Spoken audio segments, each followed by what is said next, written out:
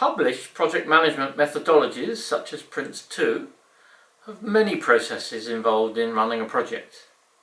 But in the spirit of keeping things simple and thus more understandable, I think 3 processes are necessary.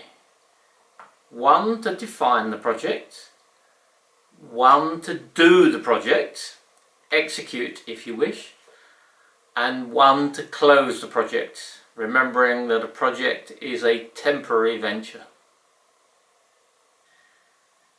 This chapter deals with the first of these processes, the define process. The output of this process I call the project definition, although different methodologies give a similar document grander titles such as project initiation document or project management plan. When you are appointed as project manager, often with stakeholder pressure to get going with activities, it is essential that you don't panic. Defining a project before committing large funds and resources on significant activity is essential. The best way of managing expectations to get going, I found, is to what I call plan the plan. Produce a plan to complete the define process.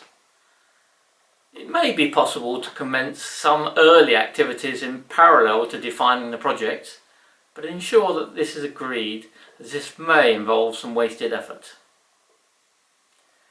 At this point, I like to think of the proverb, planning without action is futile, action without planning is fatal. You can't define a project without having a project owner, often called a sponsor, as you'll need to speak with this person early on. Although some methodologies say that you'll be given this person's name when you're appointed, in my experience this isn't common. Where necessary, you need to go and find the sponsor. And I like to take inspiration from a Shakespeare quote. Well, I've tweaked it a little.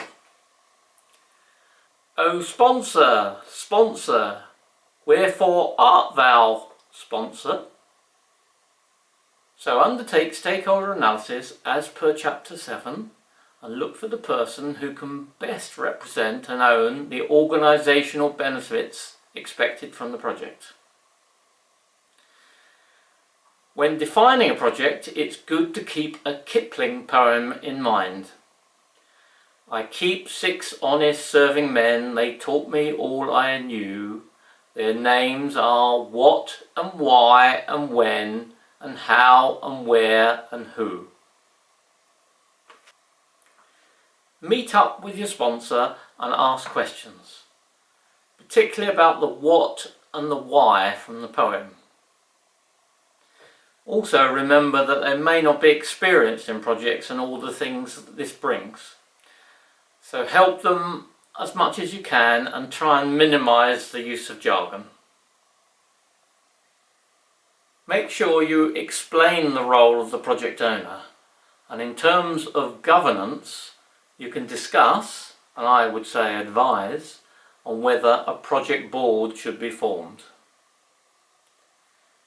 Then you need to apply a number of the skills described in the previous chapters, working with others as necessary, and determine the when, how, where and who, not forgetting how much.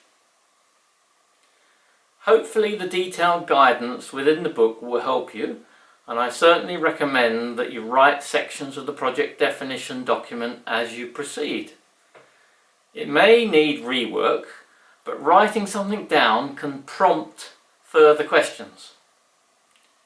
When drafting, it's always good to compare with a previous example. So take a look at the one I produced and put in appendix B.